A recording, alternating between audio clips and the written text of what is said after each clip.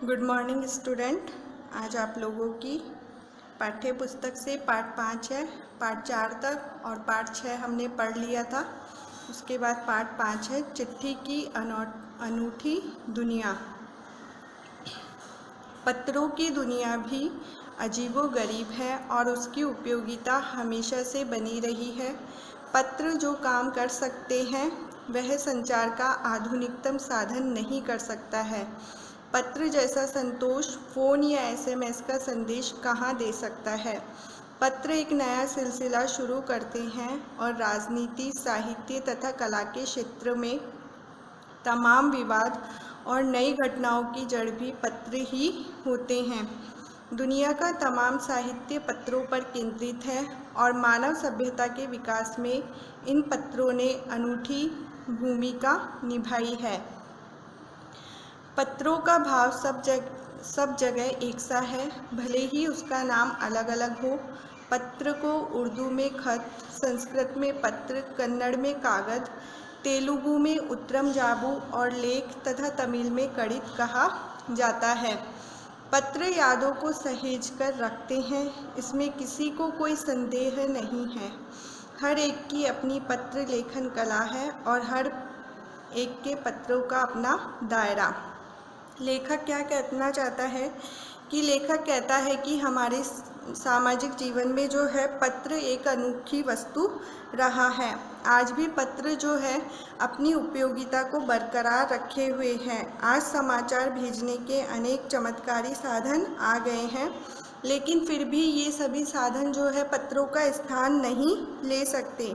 आज टेलीफोन और mobile phone है जिनसे हम किसी भी व्यक्ति से सीधी बात करके उसके हालचाल को जान सकते हैं, लेकिन एसएमएस से भेजे जाने वाले संदेश पत्र या स्थान नहीं ले सकते। पत्र हमारे जीवन में जो है कई तरह के विचारों को इनको लेकर आते हैं। तो कवि कहना चाहता है कि हमारी मानव सभ्यता के विकास पर अगर हम दृष्टि डालें तो कहा जाएगा कि इन सब में पत्रों का बड़ा योगदान रहा है, क्योंकि पहले के टाइम में जो है पहले के समय में पत्रों से ही सारा काम होता था। लेखक ये कहना चाहते हैं।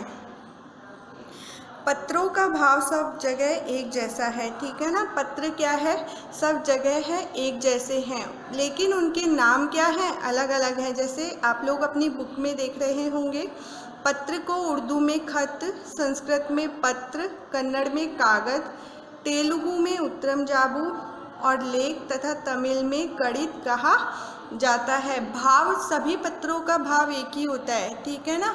क्या भाव है उनका, एक माध्यम से दूसरे माध्यम तक, एक देश से दूसरे देश तक या एक व्यक्ति से दूसरे व्यक्ति तक संदेश को पहुंचाना ही उनका काम था।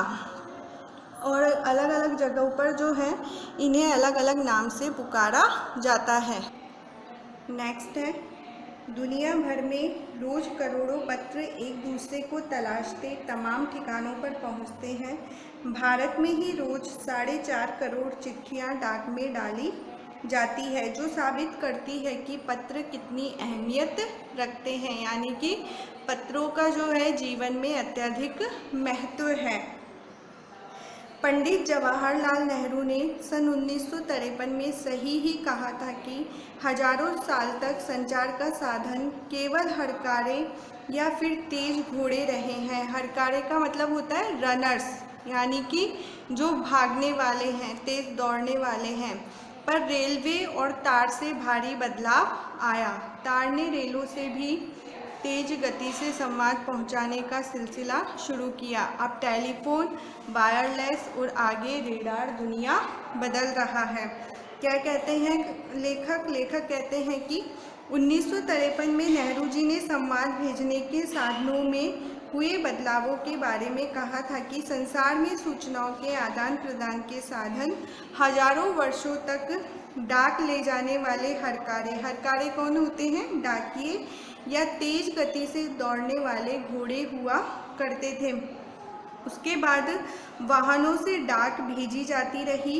यूरोप में रेलगाड़ी और तार का मतलब होता है टेलीग्राम के आविष्कार से सूचनाएं भेजने में बहुत कम समय लगने लगा। तार ने तो रेलों को भी समाचार भेजने की तेज गति में पीछे छोड़ दिया। इसके बाद टेलीफोन वायरलेस यानी कि बेतार का तार प्रयोग होने लगा। आगे चलकर रेडार क्या होता है? एक ऐसा यंत्र होता है जिसे जिसका प्रयोग वायुयान संचालन में होता है। अर्थात जब हम एरोप्लेन या हेलीकॉप्टर में बैठे होते हैं तो वहाँ से हमें कम्युनिकेशन यानी कि संचार करने के लिए जो है रेडार का उपयोग करना होता है। इस दौड़ में रेडार शामिल हो गया। पिछली शताब्दी में पत्र लेखन ने एक कला का रूप ले लिया। डाक व्यवस्था के सुधार के साथ पत्रों को सही दिशा देने के लिए विशेष प्रयास किए गए। पत्र संस्कृति विकसित करने के लिए स्कूली पाठ्यक्रमों में पत्र लेखन का विषय भी शामिल किया गया। भारत ही नहीं, दुनिया के कई देशों में ये प्रयास चले। विश्व डाक संघ ने अपनी ओर से भी काफ़ी प्रयास किए।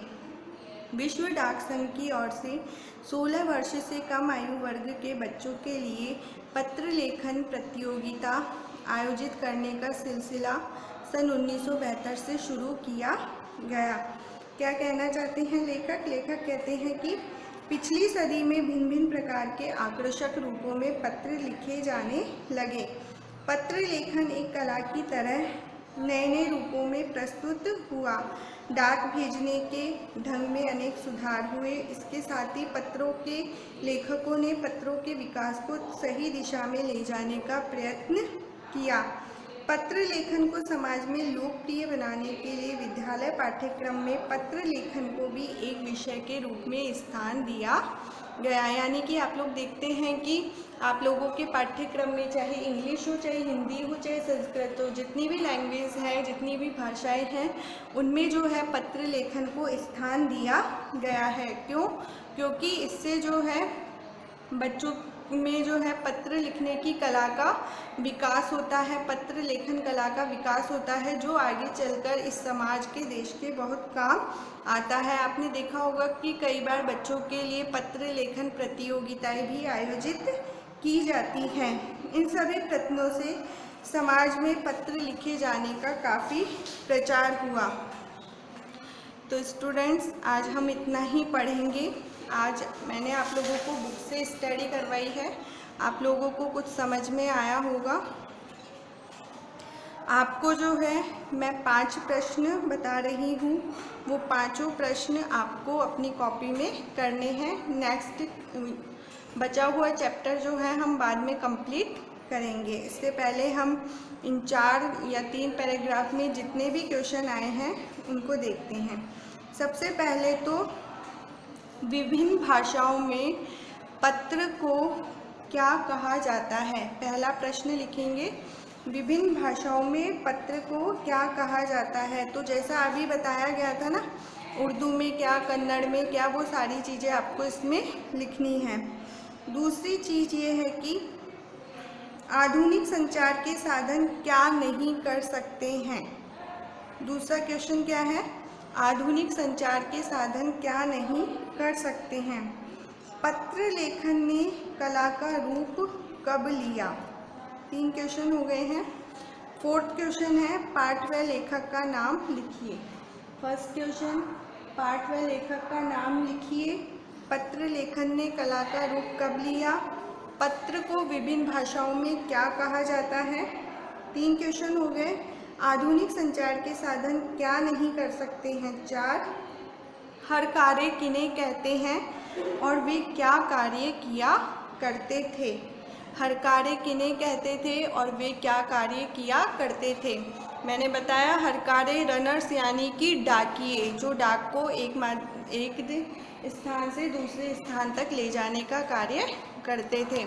तो स्टूडेंट्स, आपको जो 5 क्वेश्चन बताए हैं वो अपनी कॉपी में करने हैं। उससे पहले आपको जो है इसके शब्दार्थ दिए गए हैं वो अपनी कॉपी में करने हैं।